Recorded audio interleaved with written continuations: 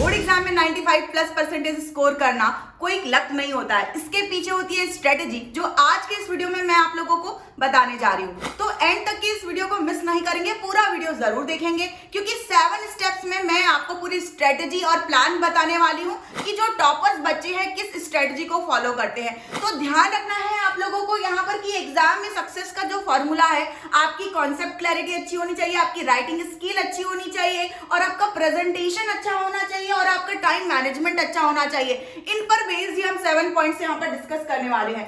आपको एग्जाम में सिर्फ पढ़ाई से काम नहीं चलने वाला है, आप लोगों को यहाँ पर जो है स्किल, एग्जाम की तैयारी की जो स्किल है वो आप लोगों के लिए बहुत जरूरी है। पहला पॉइंट है यहाँ पर कॉन्सेप्ट बिल्डिंग। तो सबसे पहले आप अपना फाउंडेशन स्ट्रॉन्ग करेंगे, और आपको अपनी एनसीईआरटी को आप है ना अपना गीता समझ लो, उसको आपको बार बार रिवाइज करना है, हर लाइन को आपको समझना है, डेरिवेशंस आपके पूरे क्लियर होने चाहिए, जितने भी ग्राफ है, डायग्राम है, सब कुछ। और इसको अंडरस्टैंड करने के लिए आपको करना क्या है, तो आपको एनसीईआरटी को यहाँ पर लाइन बाय लाइन रीड करना है, हर चैप्टर को ध्यान से पढ़ना है, पूरे बैक एक्सरसाइजेस, न्यूमेरिकल एग्जाम्पल्स, उसके सब कुछ आपको बहुत अच्छे से रिवाइज करने हैं। टीचर्स का नोट रिवाइज करना बिल्कुल भी नहीं भूलना है, टीचर्स के नोट्स रिवाइज करना जरूर करना है, और डाउट को आपको बिल्कुल भी इग्नोर नहीं करना है, राइट, क्योंकि जितने भी डाउट्स है आपको लर्निंग के टाइम में आपको उसको क्लियर करने हैं। पर हाँ, आपको एक डाउट में स्टक भी नहीं होना है, क्योंकि लिमिटेड टाइम आपके पास बचा हुआ है यहाँ पर। तो इस लिमिटेड टाइम में आपको किसी भी एक पॉइंट पर बहुत लंबे टाइम तक के स्टक होना ये बिल्कुल नहीं करना है आपको ऐसा। नेक्स्ट है आपको पीवाईक्यूज। बोर्ड एग्जाम के लिए पीवाईक्यूज बहुत इंपॉर्टेंट है, पर ज्यादातर बच्चे गलती ये करते हैं कि पूरी प्रिपरेशन के बाद लास्ट में पीवाईक्यूज करते हैं। आपको एकदम एंड में पीवाईक्यूज नहीं करना है, बल्कि हर चैप्टर के बाद आपको रेगुलर पीवाईक्यूज को प्रैक्टिस करना है। आपको ध्यान रखना है कि पैटर्न किस तरीके का आ रहा है, कौन से क्वेश्चंस आपको बार बार रिपीट हो रहे हैं एग्जाम में, उस पैटर्न को आपको आइडेंटिफाई करके उन डेरिवेशंस को आपको बहुत अच्छे से बार बार प्रैक्टिस कर लेनी है, लिख लिख करके प्रैक्टिस कर लेनी है। और साथ ही साथ आपको 3 मार्क्स और 5 मार्क्स वाले क्वेश्चंस पर बहुत ज्यादा फोकस करना है, क्योंकि 5 मार्क्स वाले क्वेश्चंस ऐसे होते हैं जो ज्यादातर रिपीट होते हैं। तो इसलिए आपको बोर्ड एग्जाम में किसी भी चीज को गेस करके नहीं करना है, आपको प्लानिंग से काम करना है और रिपीटेड क्वेश्चन को प्रैक्टिस करना है। इसके साथ ही नेक्स्ट हम लोग यहाँ पर देखेंगे राइटिंग प्रैक्टिस। आपकी जो राइटिंग स्किल है वो बहुत ज्यादा इंपॉर्टेंट है, ये आपके जो 5 to 10 मार्क्स आपको इंप्रूव करवा देती है आपके एग्जाम में, और 95% स्कोर करने वाले बच्चे इस पर बहुत ज्यादा ध्यान देते हैं। तो आपको इसको बिल्कुल भी इग्नोर नहीं करना है, आपको इस तरीके से कुछ भी मैसेज नहीं लिखना है, आपको बहुत अच्छे से स्ट्रक्चर्ड वे में आपको इस तरीके से लिखना है कि आप हेडलाइन अच्छे से लिखो, उसके बाद आप बुलेट पॉइंट्स को अंडरलाइन करो, प्रॉपर डायग्राम बनाओ, और जो भी कंक्लूजन है उसको बॉक्स में करो। तो आपकी ये राइटिंग स्किल, ये प्रेजेंटेशन स्किल ही जो है आपको मार्क्स बूस्ट करवाती है। आपके जो मार्क्स कटते हैं ज्यादातर वो इसीलिए कटते हैं, और जो बच्चे एवरेज स्टूडेंट होते हैं उनमें नॉलेज की कमी नहीं होती है, बट सिर्फ और सिर्फ यही स्किल की कमी होती है कि वो प्रॉपर जो है इलैबोरेट करके आंसर नहीं लिख पाते हैं, राइट। तो इसलिए आप लोगों को इस पॉइंट को बहुत अच्छे से ध्यान में रखना है और यहाँ पे मिस्टेक नहीं करना है। नेक्स्ट है हमारा सैंपल पेपर। सैंपल पेपर आपको जरूर प्रैक्टिस करना है। आपका जो एग्जाम का टेम्परामेंट है, फियर जो होता है, एग्जाम का डर, ठीक है, उसको जब भी आप सैंपल पेपर प्रैक्टिस करते हो तो काफी सारे फियर आपके जो है रिमूव हो जाते हैं। अब तक के जो पहले के पॉइंट्स हम लोगों ने डिस्कस किए हैं, उन पॉइंट्स को भी आप जो है ओवरकम कर सकते हो जब आप सैंपल पेपर की प्रैक्टिस करोगे। आपको यहाँ पर जो है हर 10 से 15 दिन में आपको सैंपल पेपर जरूर प्रैक्टिस करने हैं, बार बार प्रैक्टिस करने हैं आप लोगों को।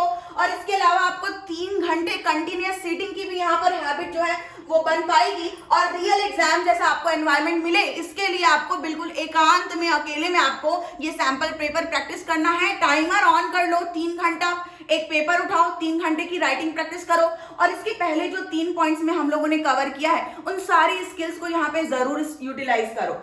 टाइम के साथ जो मैंने आप लोगों को बोला कि टाइमर ऑन करना है, ये बहुत इंपॉर्टेंट पॉइंट है बेटा, क्योंकि टाइमर ऑन करने से ही आप लोगों को एक माइंड जो है आपका काफी ज्यादा एक्टिव हो जाता है। नहीं तो हम कुछ चीजें जो है काफी डिले करके, लंबा खींच करके करते हैं, तो टाइमर सेट करना बहुत जरूरी होता है। फिर उसके बाद में आपको सेल्फ एनालिसिस भी करना है कि आपने कहाँ पे गलतियां करी है, आप कहाँ पे गलतियां कर रहे हो, कहाँ पे मिस्टेक कर रहे हो, क्या आपने कॉन्सेप्ट में मिस्टेक किया है, क्या आपने कैलकुलेशन में मिस्टेक किया है, क्या आपने प्रेजेंटेशन में मिस्टेक किया है, इस बात का आप लोगों को जरूर बहुत अच्छे से ध्यान रखना है। इसके बाद नेक्स्ट पॉइंट है मिस्टेक नोटबुक में आप लोगों को लिखना है जो भी आपने मिस्टेक किया।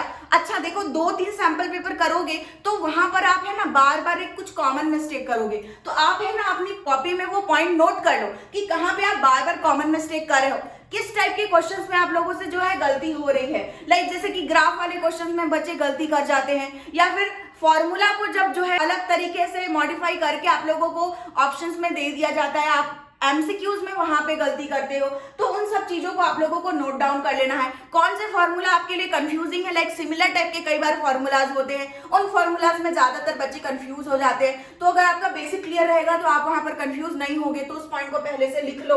उसके बाद जो भी आपके वीक टॉपिक्स हैं उसको लिखते जाओ, क्योंकि वीक टॉपिक्स को आपको ज्यादा अच्छे से करने की जरूरत है, उन पर आपको ज्यादा फोकस करने की जरूरत है, बट लिमिटेड टाइम है आपके पास, इस बात को आपको नहीं भूलना है और उस बात को ध्यान में रखकर ही आपको प्लानिंग से तैयारी करनी है। इसके अलावा बात आती है स्मार्ट रिवीजन की, तो सिर्फ आपको चीजों को पढ़ते जाना, डिटेल में पढ़ते जाना, ऐसा आपको बिल्कुल भी नहीं करना है। आपको जो इंपॉर्टेंट चीजें हैं उसको आप हाईलाइटर से हाईलाइट कर लो और बार बार उस चीज को आप रिवीजन करो, बार बार रिकॉल करो। ये आपका रिवीजन का एक्चुअल मीनिंग होता है। पूरा आप जो है नोट्स, कंप्लीट नोट्स आप बार बार नहीं पढ़ सकते। रिकॉल और रिवीजन इंपॉर्टेंट है, इंपॉर्टेंट चीजों का। इसके अलावा आपको मेंटेन करना है क्या, formula sheet, short notes, graph list, definition और डेरिवेशन लिस्ट। ये आपको बहुत जरूरी है मेंटेन करना कि क्या इंपॉर्टेंट है क्या नहीं है, और लास्ट मिनट रिवीजन के लिए ये सारी चीजें आपके पास जरूर होनी चाहिए। तो रिवीजन से ही आप जो कॉन्सेप्ट है उसको अपने दिमाग में रिटेन कर पाओगे, तो एग्जाम में आप भूलोगे नहीं और आपको जो मार्क्स है आप अपने बूस्ट कर पाओगे, राइट। अब नेक्स्ट जो है हमारा माइंडसेट। ज्यादातर बच्चे जो है माइंडसेट स्ट्रेटेजी को इग्नोर करते हैं, ठीक है, तो आपको बिल्कुल भी यहाँ पर इग्नोर नहीं करना है, क्योंकि आप जैसे प्रिपरेशन लीव में अपनी तैयारी कर रहे हो, जैसे ही आप एग्जाम हॉल में जाते हो वहां किसी वजह से आपको किसी का डर, मतलब एग्जाम का फियर हो गया, आपने खुद को अपने आप को किसी से बात करी फोन में और कंपेयर करने लग गए, तो नेगेटिव लोगों से बच के रहना है और अपने आप को जितना हो सके अभी एग्जाम तक के आइसोलेट रखना है। सेल्फ डाउट हो जाता है ज्यादातर इस पॉइंट पे, जब हम बहुत अच्छी तैयारी कर रहे होते हैं, कभी कभी घबराहट होना एक आम बात है, एक ह्यूमन टेंडेंसी है। तो आपको कभी भी अगर सेल्फ डाउट हो या कभी आपको घबराहट हो तो वहां पर अपने आप को आपको ये चीज रियलाइज करवाना है कि हमें जो है इस फियर से, इस चीज से हमको ओवरकम करना है जल्दी से जल्दी, और उसके बाद अपनी तैयारी में आप लोगों को लग जाना है। ये कंसिस्टेंसी अगर आप मेंटेन कर पाओगे तो आप बिल्कुल भी पैनिक नहीं होगे, तो इसलिए आपको इस कंसिस्टेंसी को जरूर मेंटेन करना है और बिल्कुल भी अपने फोकस से आपको नहीं हिलना है। कौन क्या बोल रहा है, 4 लोग क्या बातें कर रहे हैं, किसने आपको क्या बोला, ये सब बिल्कुल इग्नोर करो। सिर्फ अपनी तैयारी पर, अपने लक्ष्य पर, अपने गोल पर फोकस रखो।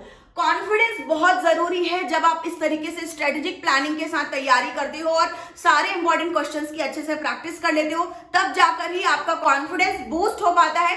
कॉन्फिडेंस का बूस्ट होना बहुत इंपॉर्टेंट है ताकि आप लोगों को एग्जाम में बिल्कुल भी किसी बात का डर ना हो। आपको है स्लीप रूटीन पर बहुत ज्यादा ध्यान देना है। सबसे इंपॉर्टेंट बात कि आपको बहुत ज्यादा सोना नहीं है, थोड़ा सा आप लोगों को अपने नींद के साथ कॉम्प्रोमाइज करना है, बट इतना भी कॉम्प्रोमाइज नहीं करना है कि उसकी वजह से हेल्थ का इश्यू हो जाए। तो एटलीस्ट 7 आवर्स की आपको स्लीप जरूर लेनी है, ताकि आप लोगों की जो नींद है और हेल्थ, नींद की वजह से जो हेल्थ है वो भी आप लोगों का मेंटेन रहे। तो इस तरीके से आज हम लोगों ने स्ट्रेटेजीज डिस्कस किए, 95+ लाने की स्ट्रेटेजी। इसको आप अगर फॉलो करते हैं तो आप डेफिनेटली 95+ आप स्कोर कर सकते हैं, और आप एवरेज स्टूडेंट अगर हैं तो आप एवरेज से टॉपर बन सकते हैं, राइट। तो एक बार मैं पूरा समराइज कर देती हूँ, 1 लाइन स्ट्रेटेजी आपको दूंगी। जो 7 पॉइंट्स मैंने आप लोगों को बताए हैं उसको आप लोग एक बार देख लो। यहाँ पर फर्स्ट मैंने आप लोगों को बताया था एनसीईआरटी से रिलेटेड कि किस तरीके से लाइन बाय लाइन आपको एनसीईआरटी, उसके सॉल्व एग्जांपल्स, बैक एक्सरसाइज आपको प्रिपेयर करने हैं। फिर आपको पीवाईक्यूज, हर चैप्टर के बाद पीवाईक्यूज आपको प्रिपेयर करना है। आपको राइटिंग स्किल अच्छी होनी चाहिए, आपकी प्रेजेंटेशन अच्छा होना चाहिए, उसके लिए आपको राइटिंग प्रैक्टिस करनी बहुत जरूरी है। जो भी गलती कर रहे हो उसको नोट डाउन करो और उसको इंप्रूव करो। सैंपल पेपर प्रैक्टिस करो, 3 आवर्स के लिए आप बैठो एग्जाम के लिए। जो भी फियर और जो भी घबराहट, पैनिक होना, रिप्रेजेंटेशन स्किल, जो भी चीजों में दिक्कत आएगी उसको नोट डाउन करके उसको अगेन एंड अगेन इंप्रूव करो। एंड उसके बाद आप अपना जो भी पढ़ाई कर रहे हो उसको राइट माइंडसेट से आपको प्रिपेयर करना बहुत जरूरी है। सब कुछ बैलेंस्ड होना बहुत जरूरी है और टाइमली होना बहुत जरूरी है। तो इसी के साथ आज का ये वीडियो यहीं पर एंड करते हैं। मिलते हैं नेक्स्ट वीडियो में और तब तक के लिए बाय बच्चों।